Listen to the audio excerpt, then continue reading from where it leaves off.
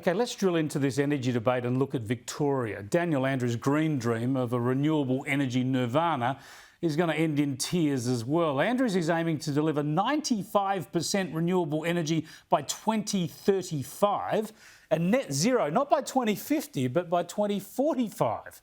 This from a Premier who's presided over a state where coal-fired gas generation has been forced to close early, pushing prices sky high.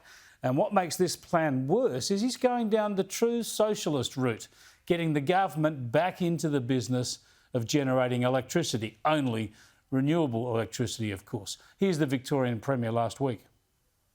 All of that power will be built in wind, in solar, in all manner of other renewable technologies, and it will be majority public owned. Let's bring in Alan Moran from Regulation Economics, who joins me from Melbourne. Thanks for joining us again, Alan. This simply can't happen, can it? It is practically impossible to run Victoria on 95% renewable energy. Oh, it's absolutely impossible with any technologies which are presently known. And I think Mr. Andrews, basically, when he was announcing this, he made assertions about the way that he thought that the coal generators were playing the market and were scamming. What did he call them? Scamming basically $23 billion from pensioners, families, and businesses. And it's just ridiculous. Those who can remember the Victorian electricity industry back in the 1990s, it was on its knees, basically terribly inefficient, and the privatisations brought about a third decrease in prices and about a third increase in productivity, in production, massive increases in productivity. As a result of that, the prices actually to the retailers and to the households fell quite markedly, and far from the new owners earning a bonanza, or all of them actually sold out at a loss to other parties. Now, you know, the basic disaggregation was done so that we had competition which prevented the price gouging. We had 6 or 7 different generators in the business there. And as I say, the outcome was terrific. Now, going back to where Mr. Andrews wants to go, he's sort of told really great untruths about the efficiency of the previous system and the present system. And he says he's going to have majority ownership. And he says he's going to do that with $1 billion. I mean, I don't know what kind of fantasy land this is. We've got 4,700 megawatts of coal-fired generation, which he's going to replace by wind and solar. That 4,700 to replace would cost not $1 billion, which he's saying he'll spend, that's outrageous enough, but $38 billion.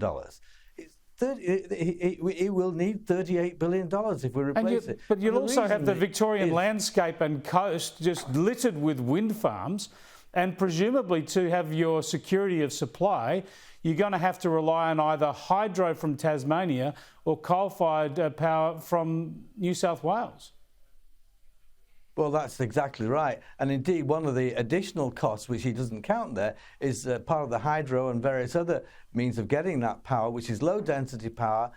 You need to spend 4 times as much on the transmission businesses, and the ALP in its policy has said they're going to spend $80 billion. That's up from $20 billion at the present time. And that's necessary because we have this low-density power, and you need a lot more cables and wires crisscrossing the country. And indeed, a lot of farmers and landowners don't want those things, nor do they want the windmills which are powering them. So basically, we got this terrible problem, which is caused by ministers, politicians generally, and you know the coalition isn't much better than Labour in all this. That's the problem. Having no inclination.